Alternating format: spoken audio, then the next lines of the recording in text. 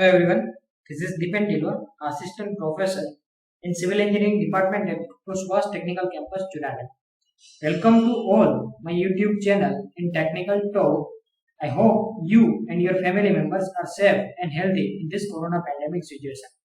Today in this video session, we will discuss about the subject of building and town planning, which is offered by GTU in third semester Civil Engineering branch. This subject code is 3130609. So in this subject, we will continue with unit number 6, components of town, and we was discussed in the previous lecture many things like a object of zoning, importance of zoning, zoning regulation and controls, use of land and heights of building in the following ways. यानी कि many things हमने discuss किए थे कि land is allocated specific purpose to by the regulations. Example हो गया हमारा industrial area हो गया, रेसिडेंशियल हो गया, ठीक है. उसमें कुछ ना कुछ जोनिंग के हिसाब से रूल्स एंड रेगुलेशंस हम फॉलो करते थे. जोनिंग में हमने देखा था अलग अलग जोन थे, फिर हमारे अलग अलग मॉडल देखा था कि भाई एक हमारा सेक्टर मॉडल हो गया तो सेक्टर मॉडल वेल सेट में हो रहा था, फिर मल्टीपल न्यूक्लियाई मॉडल हो गया, न्यूक्लियाई मॉडल हो गया, और इसके बारे में हमने देखा था कि भाई इस तरह से वो रेसिडेंशियल और कॉमर्शियल जोन का कैसे डिवीजन हो रहा है. तो ये सारी बातें की थी. फिर बर्गेस मॉडल हमने देखा था कि उसमें सेंट्रल बिजनेस डिस्ट्रिक्ट, सीबीडी और zone of transition, working class zone, residential zone और कम्यूटर जोन कैसे हुआ करता था, वो भी हमने बात की. तो so many things here discuss in the previous lecture. So today continue in this session advantages of zoning. पिछले लेक्चर में देखा था कि ऑब्जेक्ट क्या है जोनिंग का, कि भाई जोनिंग का कोई भी हम चीज कर रहे हैं तो उसका गोल क्या है, उसका विजन क्या है हमारा, वो सारी बातें. फिर वो करने के बाद हमको क्या बेनिफिट होगा, ठीक है. अभी कोई भी हम मार्केट में कोई भी कॉमर्शियल बिजनेस कर रहे हैं या तो फिर कोई भी वहीवट कर रहे हैं, ठीक है, उसमें हमारा बेनिफिट्स हम एक फिगर एस्टिमेट करते हैं कि ये हमारा बेनिफिट इतना परसेंटेज होगा, इसके बाद ये होगा, वो होगा. तो ये सारी बातें यहाँ पे मेंटेन की गई है कि भाई zoning is reduce the chance of fires and consequently the damage due to the fire are reduced to minimum level. Zoning controls the future growth of the town with proper regards to the public welfare. यहाँ पे क्या है दोस्तों कि zoning के हिसाब से एक तो क्या रहेगा कि एक रेसिडेंशियल होगा तो वो एक अलग जोन में होगा, फिर कमर्शियल होगा तो वो एक अलग जोन में होगा, इंडस्ट्रियल होगा तो वो अलग जोन में होगा. वो सेफ्टी हैजार्ड्स का जो भी प्रॉब्लम हो वहां पे सोल्व हो जाएगा, ठीक है. फिर जो भी ग्रोथ है, फ्यूचर ग्रोथ, वो भी वहां पे प्रॉपरली मेंटेन होगा. फिर public amenities, garden, parks, playgrounds, ये सारा भी यहाँ पे मेंटेन होगा, ठीक है. अगर प्रॉपर वहां पे तरीका होगा तो ये सारा ईच एंड एवरी जोन में वहां पे हम मेंटेन कर पाएंगे. स्कूल हो गया, शॉपिंग सेंटर हो गया, सिविक सेंटर हो गया, वो प्रॉपर लोकेशन विच है avoid to undue the wastage of time, money and space, वो सारी बातें यहाँ पे निगलेक्ट कर पाते हैं. Zoning is prevents the invention of undesirable industry of the residential area which result into healthy environment and health of the proper health of the peoples as a whole is improve, ठीक है. यहाँ से पूरा का पूरा हम इसमें involvement हो सकते हैं, पूरा एनवायरनमेंट यहाँ पे हेल्थी एनवायरनमेंट में क्रिएट कर सकते हैं, ठीक है. अगर जोनिंग नहीं है तो क्या रहेगा, क्योंकि अनडिजायरेबल जो भी इंडस्ट्री है वहां इसका इंस्टॉलेशन हो जाएगा, वैसा ही कुछ अनप्लान अरेंजमेंट वहां पे होने लगेगी. तो यहाँ पे वो जोनिंग में बेनिफिट है कि जोनिंग जो आप करते हो तो ये सारे जो भी प्रॉब्लम्स है उससे आप प्रिवेंट कर सकते हो. Zoning regulate the density of population and undue concentration of the population in any part of the town is eliminated. यहाँ पे क्या है कि डेंसिटी ऑफ द पॉपुलेशन, आपको पता है कि अगर मान लो कि मुंबई सिटी की बात करें, ठीक है, मुंबई में ऐसे कई एरिया है कि जहाँ पे जो भी झोपड़पट्टी है उसमें भी इतनी कंजेस्टेड है कि उसकी बात ही मत करो, ठीक है. कि कंजेस्टेड यानी कि जो हमारा पॉपुलेशन का फिगर हमने डिसाइड किया था कि 1 किलोमीटर स्क्वायर में 400 पीपल्स यहाँ पे होने चाहिए, ठीक है. तो जो भी वो डेंसिटी का फिगर है वो प्रॉपरली जोनिंग होगा तो वहां पे वो मेंटेन हो पाएगा, ठीक है. तो ये एक बात हो गई. फिर प्रिंसिपल ऑफ जोनिंग में वो आगे बढ़ते हैं तो कुछ इस तरह से बात आती है कि अरेंजमेंट ऑफ द जोन्स.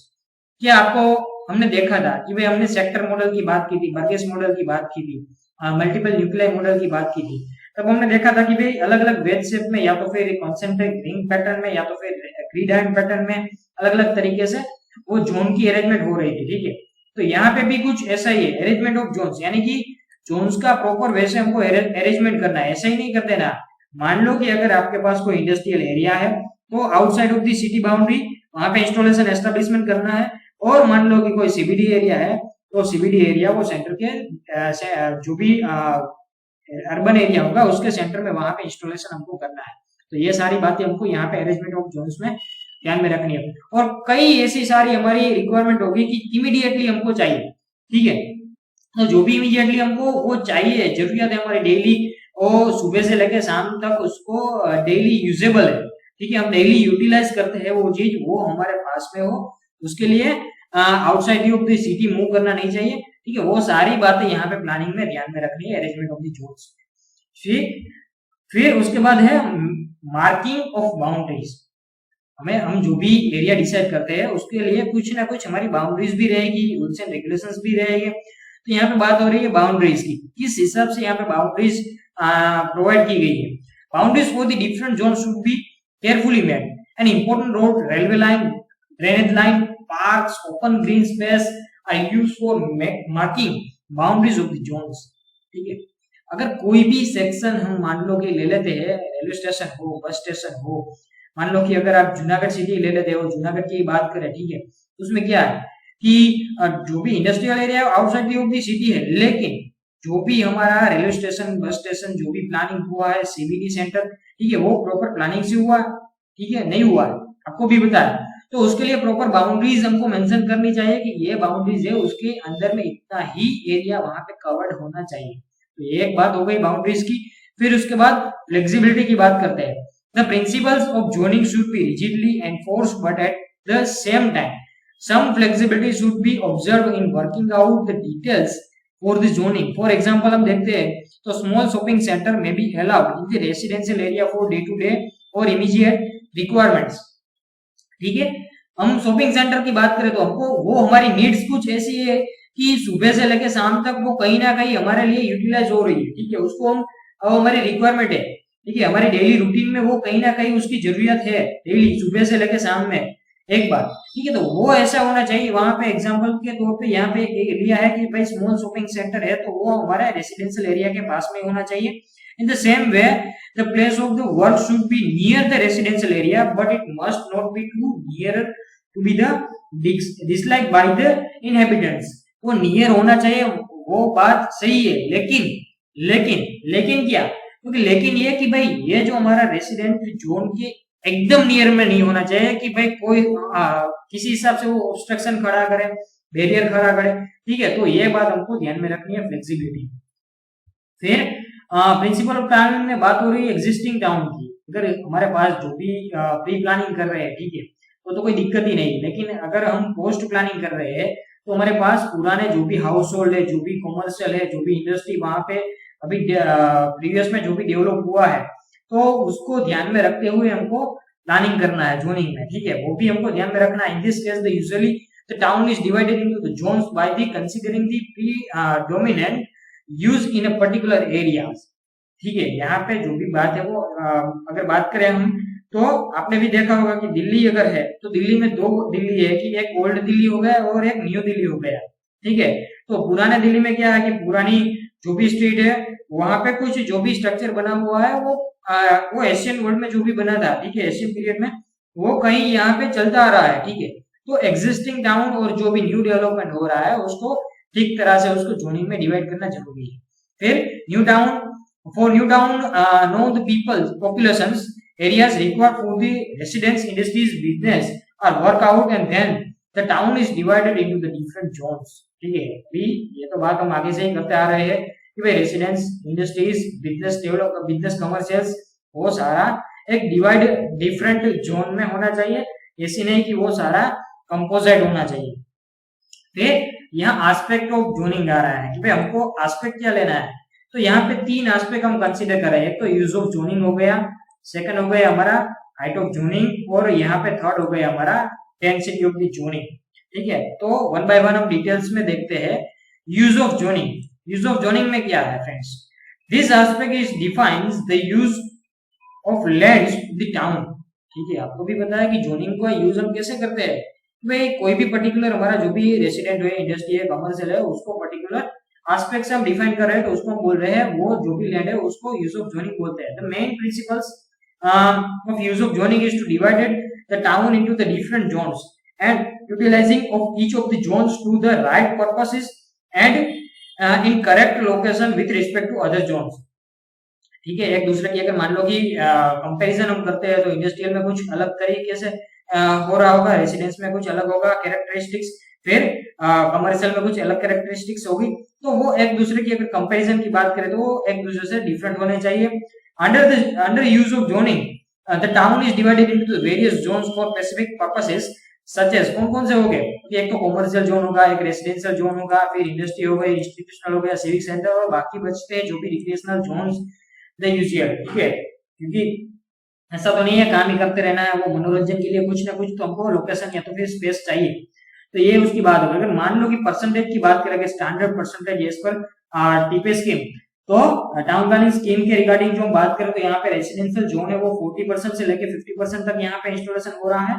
फिर कमर्शियल जोन की बात करें तो 2 से लेकर 5% तक यहाँ पे इंस्टॉलेशन हो रहा है. फिर इंडस्ट्रियल जोन की बात करें तो 2% से लेकर 25% तक, और इंस्टीट्यूशनल जोनिंग की बात करें तो 1 से लेकर 2% तक आप ले सकते हो. फिर सिविक जोन की बात करें तो 2% से लेकर 3% तक, और रिक्रिएशनल प्लेसेस की बात करें तो जो भी इसमें बचा हुआ पार्ट है वो हम remaining portion the recreational location of the zone. ठीक है, अभी दूसरा जो भी पॉइंट आ रहा है वो आ रहा है हाइट ऑफ द जोनिंग. तो ऐसा तो नहीं है कि जोनिंग है तो उसमें रेसिडेंट, मान लो कि हम इंस्टॉलेशन कर रहे हैं तो हाई राइज बिल्डिंग ही बना देना है, वो स्मॉल जो भी टाउन जो भी बिल्डिंग्स है, जो भी डुप्लेक्स ट्रिप्लेक्स है उसको ध्यान में ही नहीं लेना है. ऐसा तो नहीं है, क्योंकि हमने आगे भी बात किया था कि लाइट प्लान, ठीक है, 63.5 डिग्री का एंगल हमको ध्यान में रखना है, रोड की भी ध्यान में रखनी है. तो ये कई सारी बातें हैं यहाँ पे जो हमको ध्यान में रख के प्लानिंग करना है. तो ये इसी के रिगार्डिंग बात आ रही है height of zoning. Beside the use of land, there are the other factors like a height, volume of the buildings which need to be controlled. यहाँ पे देखो ये कंट्रोल नहीं हो पाएगा, जोनिंग में इसके कुछ रूल्स रेगुलेशन हम नहीं बनाते हैं तो वो वैसे ही यहाँ पे एस्टेब्लिशमेंट होने लगेगा. ठीक है, वहां पे वैसे ही वो डेवलपमेंट होने लगेगा विदाउट ये अनडिजायरेबल प्लानिंग. ठीक है, the aim of height zoning is to control the height of the building. It is done by means of a height zoning with due consideration of the following factors. कौन कौन से factors ऐसे हैं देखते हैं one by one. Cubical contents of the buildings, उसका जो भी क्यूबिकल कंटेंट है उसका वॉल्यूम है वो भी हमको ध्यान में रखना है. Size and shape, width of streets and other adjacent marginal open spaces from the point of view of light and ventilation to all the buildings. ठीक है, उसकी width हो गई, वो स्ट्रीट की width क्या है. ठीक है, फिर मार्जिनल ओपन स्पेसेस क्या है between the two buildings, and light of ventilation किस हिसाब से यहाँ पे इंस्टॉलेशन हो रहा है वो भी ध्यान में रखना है.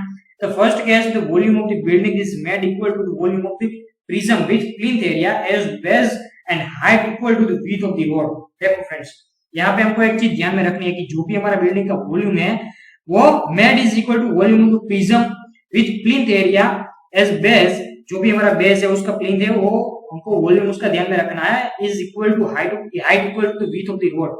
ठीक है, जो भी मान लो कि हमारी बिल्डिंग है कोई भी, वो किस हिसाब से हाइट हम प्लानिंग करते हैं, जो तो कि यहाँ पे एक रूल्स ऐसा है कि भाई हमारा रोड का जो विड्थ है 6 मीटर है, 9 मीटर है, उसी के हिसाब से हम वो हाइट ऑफ प्लानिंग करते हैं. अगर मान लो मेरे पास रोड की जो भी हाइट है वो 9 मीटर है, तो जो भी मैं बिल्डिंग का प्लानिंग करूंगा वो अप टू 9 मीटर वो standard as per rules and regulation वो स्टैंडर्ड है. ठीक है, लेकिन अभी एक्चुअल फील्ड में उसके ज्यादा ही प्लानिंग हो रहा है. लेकिन पर्टिकुलर रूल्स एंड रेगुलेशंस ये है कि जो भी विड्थ ऑफ रोड है उसी के इक्वल ही वो हाइट ऑफ बिल्डिंग यहाँ पे हमको प्रोवाइड करना है. फिर यहाँ पे फॉर्मूला दिया गया है कि हाइट ऑफ जोनिंग में ये भी एक फॉर्मूला कंसीडर हो रहा है कि 1/3 into the area into the height. ठीक है, जो भी पोर्शन हमारा है उसको क्या करना है, जो भी हमारा एरिया है उसको मल्टीप्लाई करना है हाइट इनटू एरिया इनटू 1/3 से लेके, यानी कि उसका तीसरा जो भी पोर्शन है वो हमको यहाँ पे कंसीडर करना है. Nowadays floor space index FSI, यानी कि या तो फिर एफएस है फ्लोर एरिया रेशियो. ठीक है, एफएस तो is used to limit the total floor area built up area to buildings in relation to open plot area. This result in streets with normal width and buildings of relatively low heights. ठीक है, कई बार ऐसा होगा कि भाई FSI वहां पे कम है, ठीक है, या तो फिर उसकी कुछ लिमिटेशन है, तो बिल्ट अप एरिया हमारे पास कुछ इस तरह से, या तो फिर ओपन प्लॉट है इस तरह से है, तो क्या करेंगे, क्योंकि in this result street with normal width, जो भी उसकी नॉर्मल विड्थ है, and buildings relatively low Heights. अगर क्या होगा कि मान लो कि रोड 3 ही मीटर का है, तो ऐसा तो नहीं है कि वहां पे बिल्डिंग इंस्टॉलेशन करना है तो 3 ही मीटर तक हम करेंगे. ठीक है, ऐसा नहीं है। तो अभी क्या करना होगा, तो इसी के रिगार्डिंग एक क्राइटेरिया आ रहा है रिगार्डिंग टू जेम वन। ठीक है, इस रिगार्डिंग में क्या होगा देखते हैं आगे कि in the second case height of building is regulated according to the with the abutting road generally 45 degree between to 63.5 degree light plan rules are adopted. एक तो पहले ये ध्यान में रखना है कि भाई जो भी हमारा लाइट प्लान है उसमें जो भी हम एंगल प्रोवाइड कर रहे हैं वो 45 बिटवीन 45 डिग्री से लेकर 63 डिग्री 0.5 मिनट होना चाहिए। ठीक है, फिर the ratio of height to width of the road will be 1:1 in case of the 45 degree and 2:1 in case of the 63 degree 5 minutes light plan rules. ठीक है, यहाँ पे क्या है फ्रेंड्स कि मान लो कि अगर हमारे पास विड्थ उसकी कम है 3 मीटर ही है, 9 मीटर का रोड अभी नहीं है, तो क्या करेंगे कि अभी मान लो कि हमारा प्लानिंग जो अगर मान लो कि 45 डिग्री के हिसाब से हो रहा है तो हम हाइट 1:1 फॉलो करेंगे, यानी जो भी रोड की हाइट है वही के रिगार्डिंग हम बिल्डिंग की हाइट कंसीडर करेंगे, या फिर डुप्लेक्स होगा या तो फिर town plan only for tenement होगा। ठीक है, या तो फिर कोई रो हाउस है अगर उसकी हाइट बढ़ रही है, अगर या तो फिर अपार्टमेंट्स आ रहा है, मल्टी स्टोरी बिल्डिंग आ रहा है, अगर हम कंसीडर करते हैं 60 डिग्री 5 मिनट्स का जो एंगल हम कंसीडर कर रहे हैं तो 2:1 के हिसाब से यहाँ पे प्लानिंग करना है, यानी कि जो रोड की विड्थ 9 मीटर है तो 9 into 2 यानी कि वो 18 मीटर होगा, तो 18 into 9 के हिसाब से वो रेशियो क्या हुआ कि 2:1 का जो भी रेशियो यहाँ पे हो वो कंसीडर हमको लाइट प्लान में लेना है। Hence the latter is very commonly used. This developed tower like structure but road between them are wider. ठीक है, अगर मान लो कि कोई टावर यहाँ पे हो रहा है स्ट्रक्चर तो वहां पे एक चीज बहुत जरूरी है कि वहां पे जो भी मार्जिनल स्पेस है या तो फिर रोड वाइडनिंग है वो प्रॉपर यहाँ पे होना चाहिए। फिर बात करते हैं हम डेंसिटी ऑफ जोनिंग की। The population per unit area is defined as the density of population. Density of population is indicate whether there are the normal or over crowding condition. यहाँ पे दो तरह की कंडीशन यहाँ पे होगी। ठीक है, एक तो नॉर्मल कंडीशन में यहाँ पे डेंसिटी होगी और दूसरी ओवर क्राउडिंग होगी। Density of zoning used for controlling density of populations in the residential areas. ठीक है, इंडस्ट्री में अगर कंजेस्टेड नहीं होगा, लेकिन क्या होगा कि जो भी रेसिडेंट एरिया है वहां ही उसका प्रॉब्लम होगा डेंसिटी ऑफ जोनिंग का। To control the population following points are to be adopted. ठीक है, यहाँ पे ये जो कई पॉइंट है दिए गए, ये जो पी पॉइंट है उनको ध्यान में रखने हैं as per the zoning and planning. Minimum size of the plot for each house is specified. ठीक है, हमको ये भी ध्यान में रखना है कि जो भी यहाँ पे हाउस होल्ड प्लानिंग हो रहा है उसमें minimum size of the plot हम इंस्टॉलेशन की है। फिर maximum height of the building is specified. ठीक है, वहां पे जो भी कंजेस्टेड ना हो इसी के रिगार्डिंग क्या करना होगा, क्योंकि मल्टी स्टोरी बिल्डिंग हो गए तो उसमें जितनी भी स्टोरी होगी इतने हाउस होल्ड बढ़ेंगे, इंक्रीज हो गए, तो वो एक तो कंट्रोल करना है कि भाई जो भी मल्टी स्टोरी बिल्डिंग है उसमें नंबर ऑफ हाउस होल्ड कम हो, उसकी हाइट कम हो, तो ये एक बात हमको ध्यान में रखनी होगी। फिर the number of houses per unit area is limited. Number of houses यानी कि हम मल्टी स्टोरी बिल्डिंग यहाँ पे एस्टेब्लिशमेंट कर रहे हैं उसमें एक ही फ्लोर में 5 हाउस होल्ड भी 5 यूनिट भी इंस्टॉल कर सकते हैं और 2 यूनिट भी इंस्टॉल कर सकते हैं। तो वो सारी बातें हमको ध्यान में रखनी है कि भाई हाउस पर यूनिट एरिया हम कितना कंसिडर कर रहे हैं। Front side and rear margin from the boundaries are specified. ठीक है, अगर हम बात करें तो भाई एक्चुअली हम कोई भी कंसीडर नहीं कर रहे हैं, लेकिन क्या करते हैं कि भाई अगर मान लो कि हम कोई गवर्नमेंटल ड्राइंग दे रहे हैं तो उसमें हम बताते हैं कि भाई हमने ये मार्जिनल स्पेस यहाँ पे पुट किया, लेकिन एक्चुअल ड्राइंग्स में वो बात यहाँ पे ऑन दी फील्ड वहां पे वो मेंटेन नहीं होती है। पॉपुलेशन डेंसिटी में भी एक्सप्रेस ऑन द वॉल और रेसिडेंशियल एरिया बेसिस और ऑन नेट एरिया बेसिस। ठीक है, यहाँ पे जो भी पॉपुलेशन डेंसिटी है वो किस हिसाब से लेना है, क्योंकि जो भी रेसिडेंशियल एरिया है उसके बेसिस भी हम ले सकते हो, नेट एरिया आपके पास जो भी होगा उसी के रिगार्डिंग भी आप ले सकोगे। क्यों? क्योंकि मैंने बोला था आगे कि भाई 1 किलोमीटर स्क्वायर में आप 350 से लेके 400 पीपल्स तक का पॉपुलेशन आप as per standard density consider कर सकते हैं। फिर यहाँ पे बात आ रही है रोड नेटवर्क की।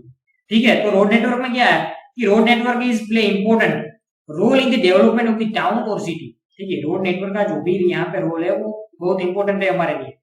ठीक है, कि अगर रोड नेटवर्क ही नहीं होगा तो क्या होगा कि जो भी हमारा जोनिंग का प्लानिंग हो रहा है उसमें डेवलपमेंट हो रहा है उसका कुछ मतलब ही नहीं रहेगा। ठीक है, जो भी फ्यूचर डेवलपमेंट होगा या तो फिर होने जा रहा है या तो फिर अभी हो रहा है उसी के रिगार्डिंग हमारे पास ट्रांसपोर्टेशन फैसिलिटीज है वो बहुत इंपॉर्टेंट रोल उसका है।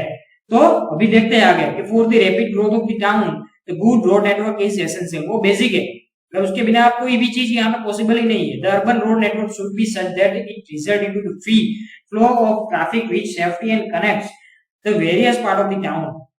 ठीक है, अर्बन रोड नेटवर्क है वो क्या करता है, उसका रिजल्ट क्या है, तो कि free flow of the traffic, ठीक है, with safety and connects the various part of the town. हमारे पास जितना ही रोड नेटवर्क स्ट्रॉन्ग होगा उससे वो क्या होगा कि हमारी सेफ्टी है वो इंक्रीज होगी, हमारे पास जो भी कनेक्शन ऑफ द रोड है वेरियस पार्ट्स वेरियस स्ट्रीट्स, ठीक है, जो भी अलग अलग जोन है तो वो भी यहाँ पे वो इजीली यहाँ पे वो फ्लेक्सिबल मूवमेंट होगा। ठीक है, फिर the importance of the town depend mainly on the method of communication. ठीक है, ट्रांसपोर्टेशन की कम्युनिकेशन उसके ऊपर ही डिपेंड रहेगा। तो parks, playgrounds, green belt, gardens are the lungs of the town and the road network play the function of the arteries of the town. ठीक है, अगर बात करें हम कि पार्क्स हो गए, प्लेग्राउंड्स हो गए, जो भी ग्रीन बेल्ट है, गार्डन्स है, वो इसकी फेफड़े की तरह है। ठीक है, टाउन के। तो यहाँ पे जो भी और हम देखते हैं रोड नेटवर्क की बात करें तो उसका वहां पे फंक्शन क्या है, क्योंकि एक आर्टरीज के हिसाब से उसका फंक्शन है। ठीक है, हमारे शरीर में हमारे बॉडी में जो भी आर्टरीज है जो हमारा ब्लड है उसका सर्कुलेशन कर रही है, उसी के रिगार्डिंग यहाँ रोड नेटवर्क ही उसका काम कर रहे हैं। ठीक है, टाउन में तो ये सारी रोड नेटवर्क हमारे लिए बहुत इंपॉर्टेंट है। फिर layout of the road network is determined by the zones into which the town is divided, whereas the type of minor roads यानी कि लोकल रोड भी हम बोल सकते हैं, determine the shape and size of the housing plot।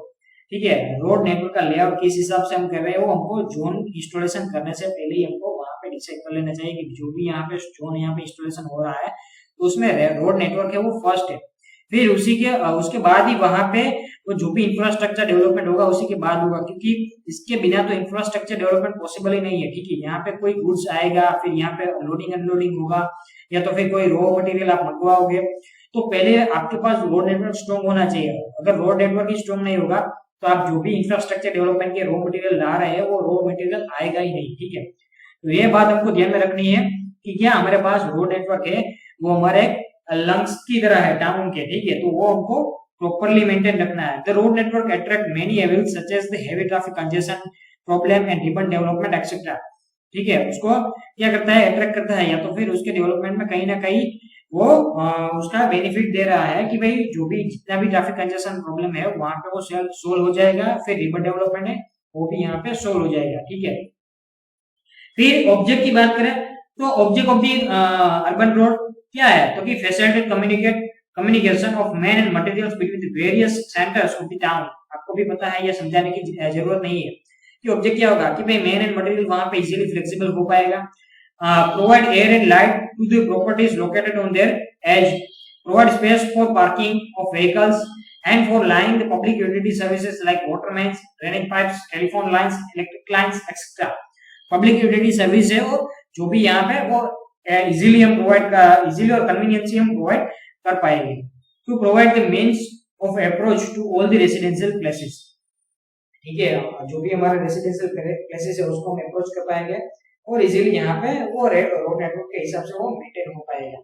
Requirement of the good urban road, अभी ये तो आपको बताने की जरूरत नहीं है कि क्यों हमको रिक्वायरमेंट है। ठीक है, ये कई सारी बात है कि वो फ्यूचर डेवलपमेंट करना हो, अभी जो टाइम स्पेंड हो रहा है उसमें कुछ ना कुछ डेवलपमेंट लाना है, उसको कुछ चेंज लाना हो, जो भी इम्प्रूवमेंट लाना हो उसके रिगार्डिंग हमको गुड रोड नेटवर्क चाहिए। तो urban road should be durable, cheap and have impervious wearing surface with requirement camber. ठीक है, जो भी रोड नेटवर्क आप प्रोवाइड करें उसमें कैम्बर यानी कि वो क्या पोर्शन रहेगा, तो आपको कुछ इस हिसाब से आपको रोड का सेक्शन दिया गया होगा।